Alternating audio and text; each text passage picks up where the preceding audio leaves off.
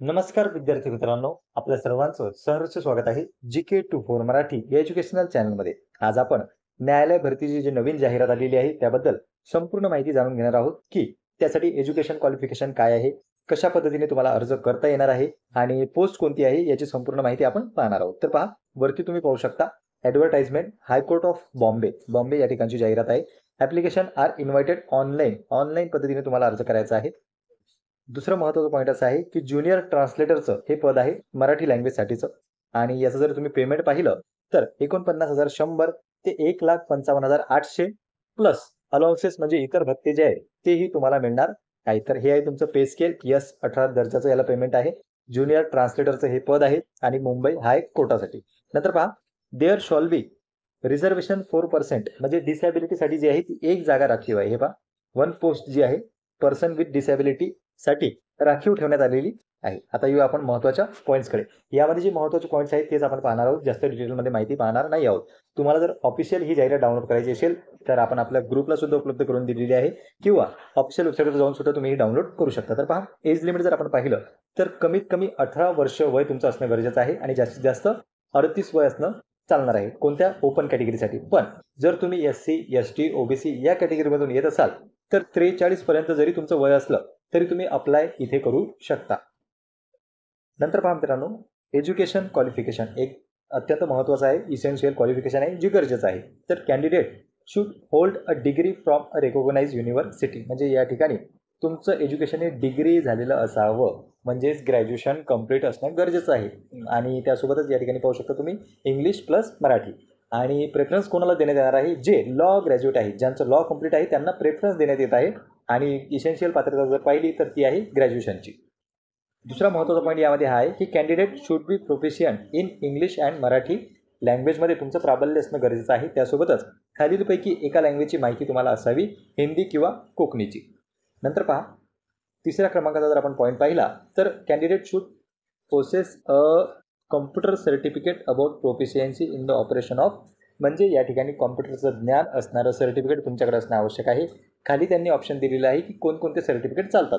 एकतर तुमचा कॉलेजमध्ये तो विषय झालेला असेल तरी चालणार आहे किंवा या ठिकाणी पहा, एवढे त्यांनी इन्स्टिट्यूट जे आहे ते दिलेले आहे, यापैकी एखादं जर सर्टिफिकेट तुमच्याकडे असलं तरी चालणार आहे. जनरली आपण MSCITचं सर्टिफिकेट आपल्याला सर्वांकडेच मिळू शकते किंवा CCC जरी असलं तरी यामध्ये चालणार आहे.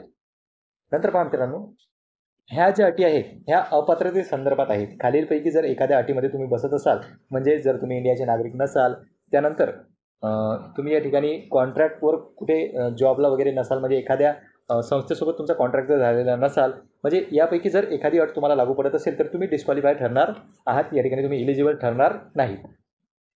नंतर पहा, परीक्षा कशी होणार आहे. सर्वात महत्त्वाचा मुद्दा आहे तो म्हणजे तुमचं सिलेक्शन कशाच्या बेसिसवर होणार आहे. तर ते होणार आहे तुमच्या एक्झामच्या बेसिसवर. एक्झाम असणार आहे टोटल 100 मार्क्सची. एकूण 100 मार्क्स एवढे तुम्हाला असतील आणि 3 घंट्याचा टाईम त्यामध्ये देण्यात आलेला आहे. सायंत्रिक 18 180 मिनिट्स पेपरचा तुमचा ड्युरेशन असेल. सिलेबस जो आहे तो खालीलप्रमाणे असणार आहे. Screening test of 100 marks. 100 मार्क्सची जी स्क्रीनिंग टेस्ट आहे त्याबद्दल तुम्ही पाहू शकता. इंग्लिश ग्रामर असणार आहे तुम्हाला 30 मार्काचं. एसे असणार आहे 20 मार्काचा. लेटर रायटिंग असणार आहे 10 मार्काचं. आणि ट्रान्सलेशन आहे English to Marathi. English to Marathi जे आहे ते तुम्हाला ट्रान्सलेट करायचं आहे, त्यासाठी मिळणार आहे 40 गुण. अशी एकूण 100 गुणांची तुमची स्क्रीनिंग टेस्ट जी आहे ती घेतल्या जाईल. नंतर पहा मित्रांनो, वायवा जो पाहिला आपण तर तो आहे 20 मार्काचा पार्ट 2 मध्ये. नंतर पहा, the eligible of candidate shot be decided after scrutiny of the application after verification of document and any stage before viva.